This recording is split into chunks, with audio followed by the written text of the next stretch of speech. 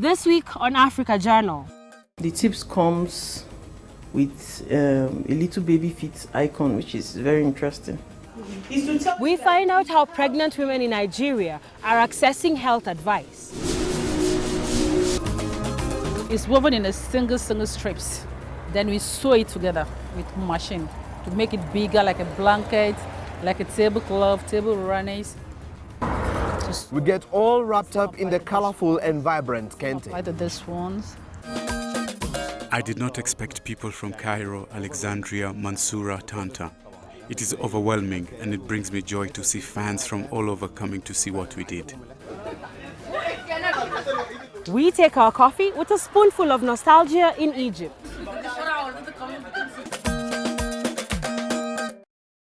Hi and welcome to this week's episode of Africa Journal. I'm George Mtero. And I'm Alexandria Majala. Now, George, a little birdie told me that your best friend Eve just had her first baby. How is she coping? Is she feeling all right? Is she anxious, excited? Well, she's good, apart from the sleepless nights from the baby's cries. But once in a while when we talk, she mentions things that leave me wondering. For example, the other day we were talking and she was telling me the baby has stomach aches. And I will not possibly understand how she knows the baby has stomach aches since the boy does not even talk. Well, 2 words, honey. Mother's instinct. Oh, okay. But I think it's dreadful for her since she does not have anywhere to turn to for advice. Yeah, that could be really tricky, especially because there are so many people willing to give you solicited advice, sometimes unsolicited. But who do you turn to? Well, in Nigeria, an app developer just created a platform especially for pregnant women. And I know Eve wishes she had these 9 odd months ago, but it's never too late. Here's more.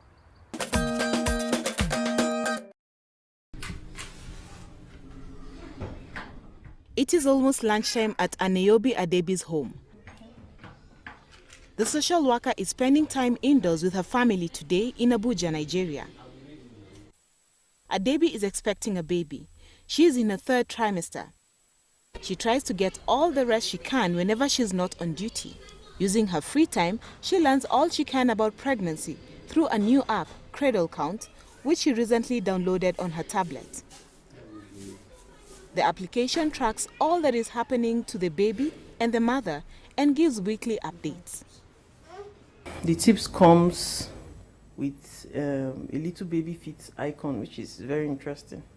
So it just kind of reminds you that you are expecting and makes you excited about your baby, about the baby that is coming, because pregnancy can be really hard. So you need things to, lighten your mood sometimes. So the app makes you feel nearer to or closer to that child that is about coming.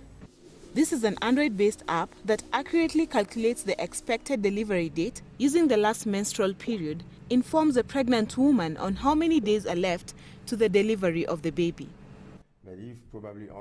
It sends alerts that reminds pregnant mothers to register and follow up with their antenatal care. Cradle Count also sends regular pregnancy and health tips to expectant mothers with an option to share their journey with family and friends.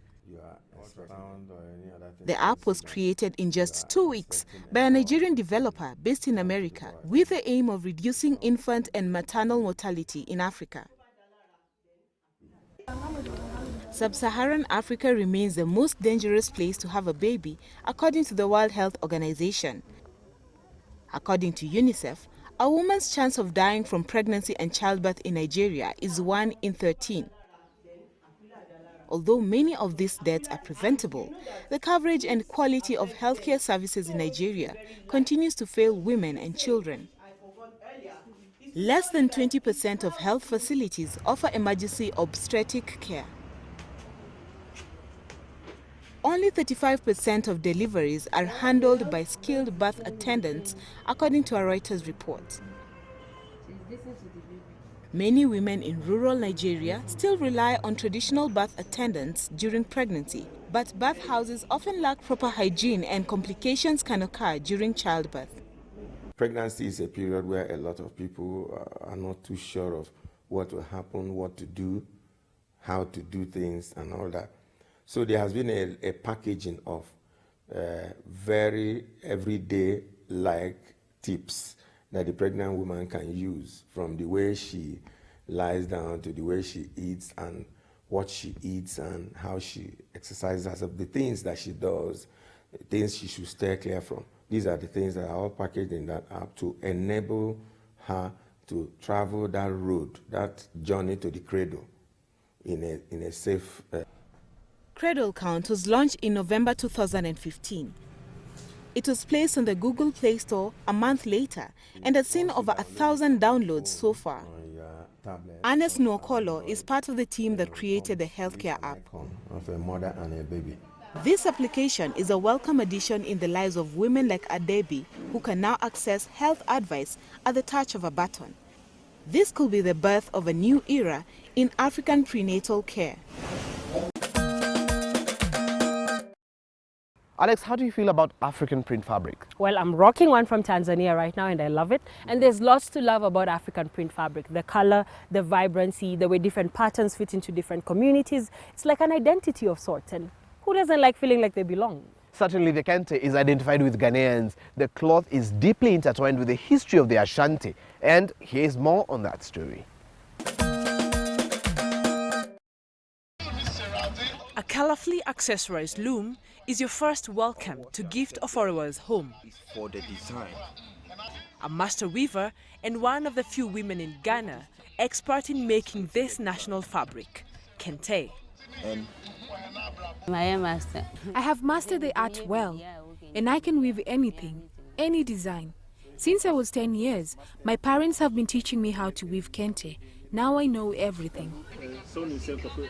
Among Ghanaians, kente is a valued symbol of royalty and honor, traditionally meant for kings and chiefs.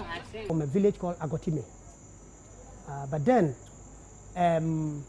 you know, in the olden days, they have this bilateral relationship and they play with barter system.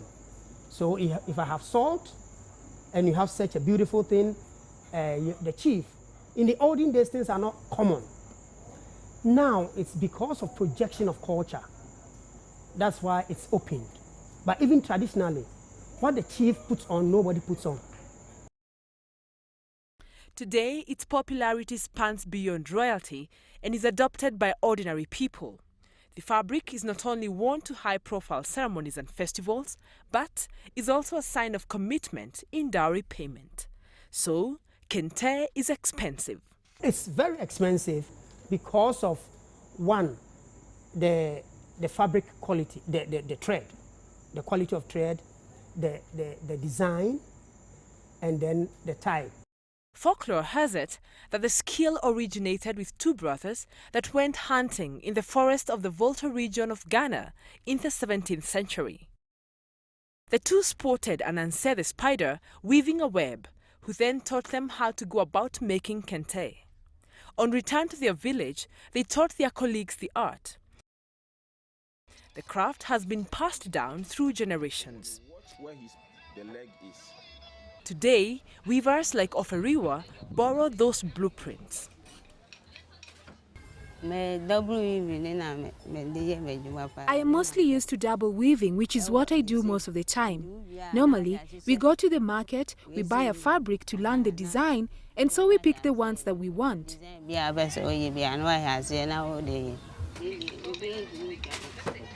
A single strand takes 3 rolls of thread, and it takes the 32-year-old 3 days to complete one. A piece sells for $1. This one and this one are similar, so are these two. This one is called special, and this one is called I'm standing on my leg, and the fiber used to make it is lighter. Her clients are retailers in Accra, Ghana's capital, like Mrs. Vida Kuda, a vendor at Tetakwashe Market. It's woven in a single strips. Then we sew it together with machine to make it bigger, like a blanket, like a tablecloth, table runners, etc. One strip is 25 cedis. So there's 2. So the 2 is 50. More the strip is more, we multiply it by the price, we get it. A yard can cost as much as $130 US. Vaida estimates her weekly income at $150 or $300 on a good week.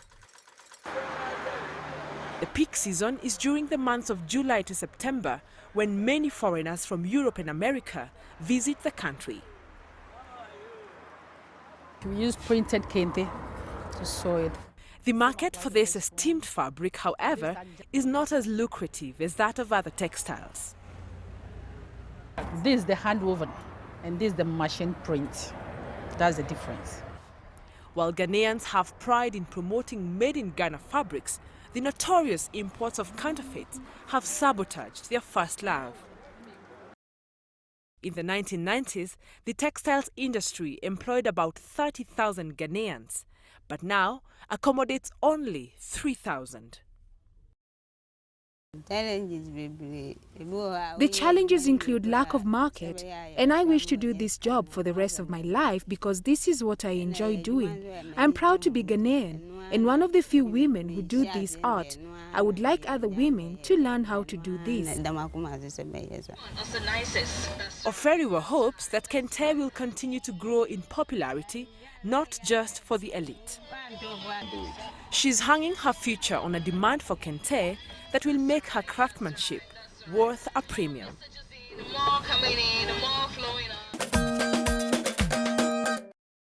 You know what, George, when I was over there, I got so many calls from people back home asking me to bring them a few yards of kente. And you didn't bring me one. Well, I don't remember getting a phone call from you. We take a short break now, and here's what's coming up when we return. Our view of Kenya, as seen by the outside world, was being shaped by what we were saying about our country ourselves. We take a look at the big picture in Kenya. Welcome back to Africa Journal. I'm George Mtero. And I'm Alexandria Majala. Now, George, I'm well aware that you're a big Twitter fan and you have lots of followers, which is good. Maybe you can give me advice on how to do that.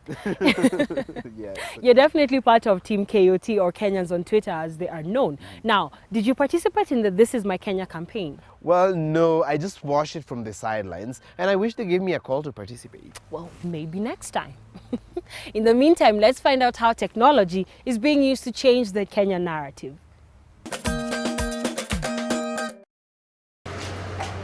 Kenyans who have felt they are under verbal attack have banded together on social media to defend their honor. Hashtags like Someone Tell Nigeria, Someone Tell CNN, Someone Tell Mugabe have trended, acting as a way for Kenyans to channel their frustrations. Manish Sadana, the manager of Square Digital, and his team realized just how powerful Twitter can be as a tool for social change. We have some very advanced social media listening tools. And when we looked at Kenya, Capture Kenya, what we wanted to understand what people feel about Kenya. So when we did that analysis, we saw that the country is extremely cynical about who we are as a nation, right? So we talk about all the negative things all the time. And thus, This Is My Kenya campaign was born. Hi, Amina, how are you? Digital Squad set up a social experiment. So I'm going to show you a couple of images, and I want you to just tell me what first thing comes to your mind when you see them. Shag. Using local celebrities to represent the mindset of Kenyans, when asked what specific images reminded them of, it was clear that this campaign couldn't come at a better time. Sadly, violence. 207. This was a rallying call to change the world's perception of the country by making Kenyans realize they have the power to shape Kenya's global image, while at the same time changing the Kenyan narrative amongst its people.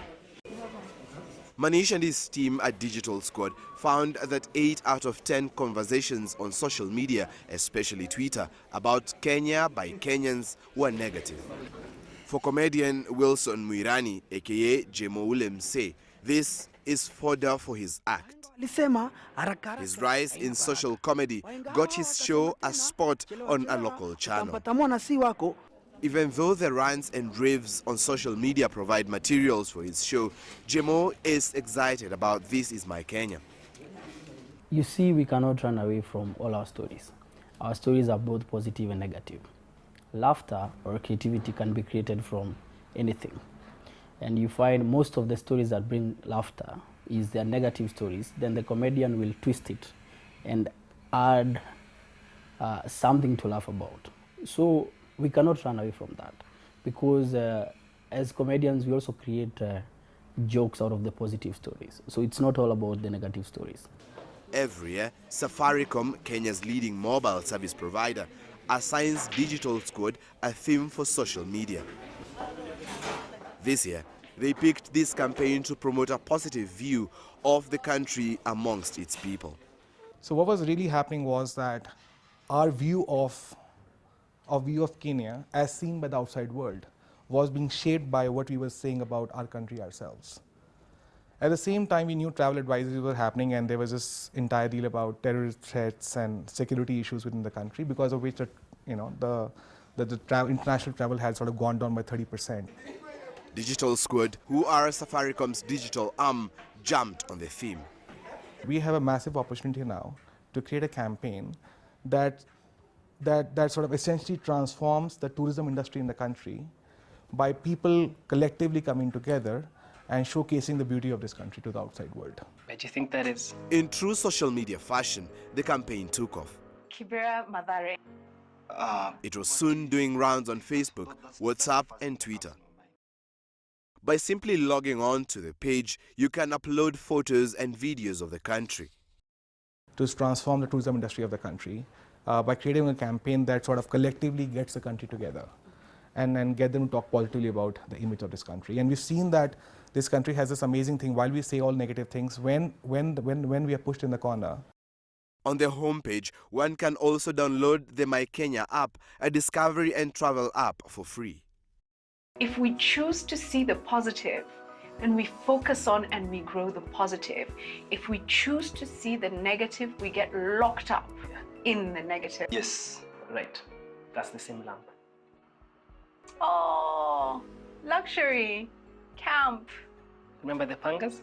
As the campaign continues to gather momentum, for the moment, Kenyans are beginning to see the bigger picture. That was not what I thought. That was so... Alex, you and I are both fans of Friends. Really? Yes. I really thought I was the only one. I'm so glad to hear that. And you know, one of the channels I have at home has reruns every day and I never miss an episode.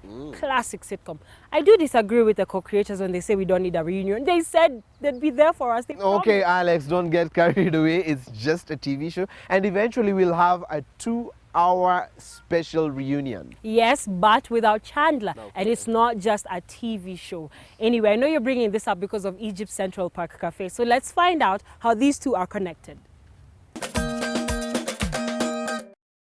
What you guys don't understand is, for us, kissing... Growing up in the 90s meant that you had beautiful Rachel, Chamomile, mint medley, blackberry. Why does my... obsessive-compulsive Monica, quirky Phoebe, Again, you're not speaking French! geeky Ross, my best friend and my sister. Oh my God. weird Chandler, Most difficult thing I ever had to do. Dude, come home. and handsome but dumb Joey to keep you company. What? Why? Come home. Who can forget when Phoebe tried to teach Joey French to prepare for an audition? Let's try it again. Okay. Je m'appelle Claude. Je t'appelle Blue. Since when? When the friends were not cracking us up, they were gathered around the orange couch in Central Park, their favorite coffee shop and hangout. Well, if you want a spoonful of nostalgia in your coffee and you just happen to be in Egypt, a cafe in the Egyptian city of Port Ford is attracting fans of the popular 90s American sitcom from across the country.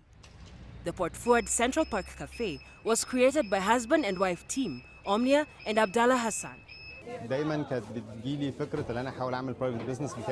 I'm a huge fan. I always had the idea of setting up a private business. My wife Omnia told me if we were going to start a cafe, why not create Central Park? This was 3 years ago.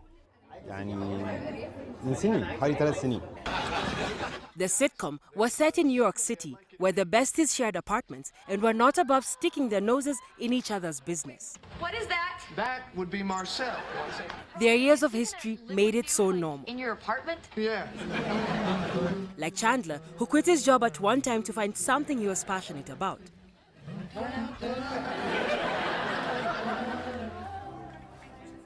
Hassan, who used to be in banking, quit his job and with the help of his interior designer cousin, Haytham Hegazi, spent 6 months constructing this cafe. Egypt's Central Park is a 3-hour drive away from Cairo. But the long drive hasn't deterred people from making their way here. I wasn't expecting ناس من كايرو من أليكس ومن منصورة. I did not expect people from Cairo, Alexandria, Mansoura, Tanta. It is overwhelming and it brings me joy to see fans from all over coming to see what we did. Their feedback was very positive and people were happy with the place and what we have to offer. This assured me that I took the right step. I took the right step. The coffee shop is modeled on the one in the hit TV show. And no details were left out. The Smelly Cat poster and Joy's infamous "How you doing?" phrase are proudly displayed. Customers can enjoy a drink whilst watching Friends. Friends first aired in 1994 and dropped 10 years later. The series is still popular today. Some fans have hoped for a reunion, something cast and crew have said is unlikely to happen. One would expect Hassan to open the coffee shop in one of the major cities. However, the entrepreneur chose to put his faith in his hometown. His customers applaud the bold move. I used to find places such as this cafe in centralized states such as Cairo and Alexandria. I am happy to find this project in Port Ford. Now I feel like this port is on the map. I am happy because the children of this port are the ones who completed it. I decided to come because of it, and I love the show.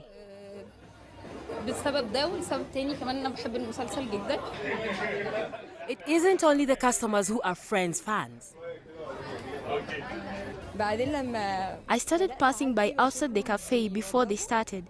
I started sending them messages saying that I want to come work here.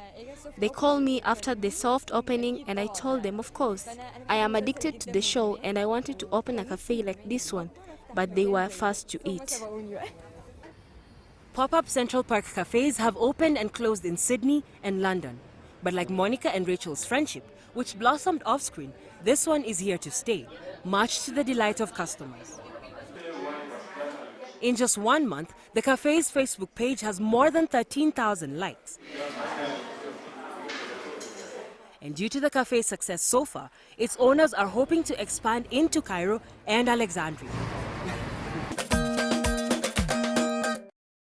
I now see why you say it's not just a TV show. You do? Yes. That's good news. Now you're back in my good graces. We can be friends again. In the meantime, if any of you have any feedback for us about this week's show, or you have any ideas you'd like to see on future Africa Journal episodes, tell us on Twitter or Facebook, or send us an email to the address on your screen.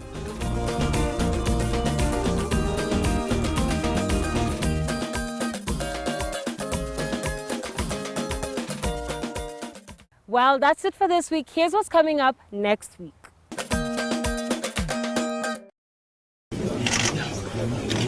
It's another agreement in South Sudan. Will it bear fruit this time?